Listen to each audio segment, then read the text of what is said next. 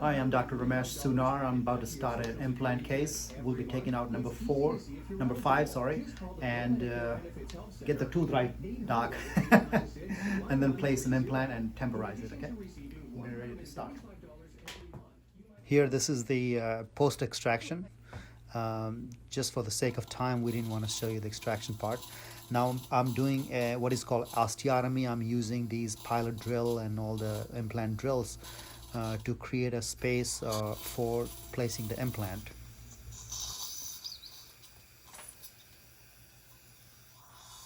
And here's these different drills. These are different drills with different diameters, and so, but they are the length of the drills are already already set. Just the diameters are different. And I'm rinsing the socket, the osteotomy sites.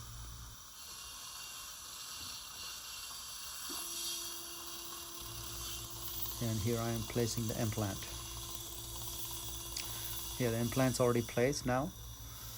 Implants are always placed with a specific Newton rotation, which is 35 Newton.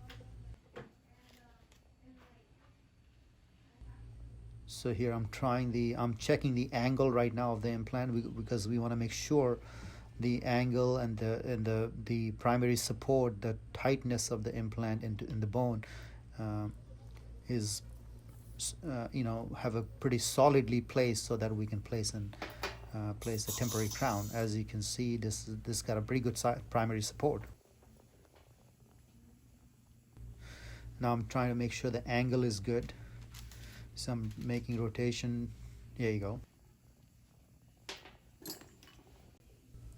Here's one of the way to check if the primary support is good when you put the cover screw, and if you can't further, if the implant doesn't rotate, that means you got a good primary support. Now I'm getting ready to put the bone graft around the spaces between the bone and the implant. Here, these are the bone. These are allografts. So I don't need that. If you could just help me put that away, and if you could just use this to push this. No, not you. I'm talking to her.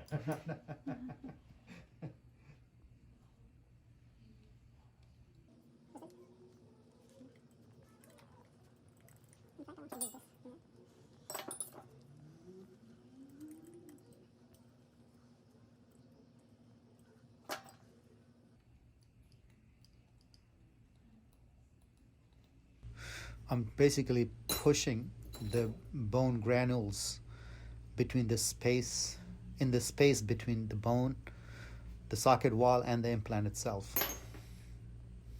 Now this is the membrane. Notice that I didn't make any flap. This is a flapless placing implant, no incision, nothing, and I'm just covering the bone graft part with a membrane, collagen membrane.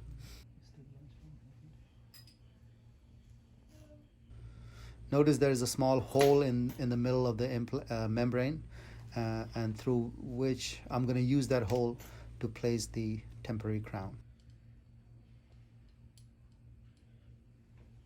The temporary crown itself will be a barrier between the bone and the outside environment, plus the membrane. So here I'm trying the temporary crown now.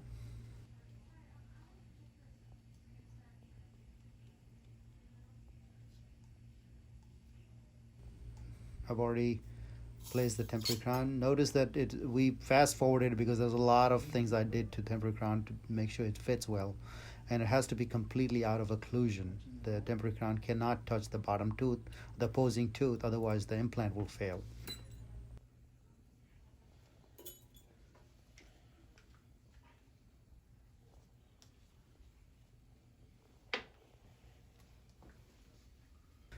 So I just closed the screw, the access to the screw of the temporary crown.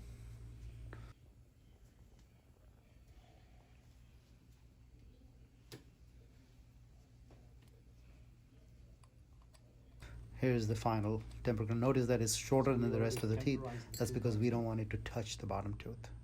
But at least the patient has something, and the anatomy of the gums will be maintained. The final will be perfect.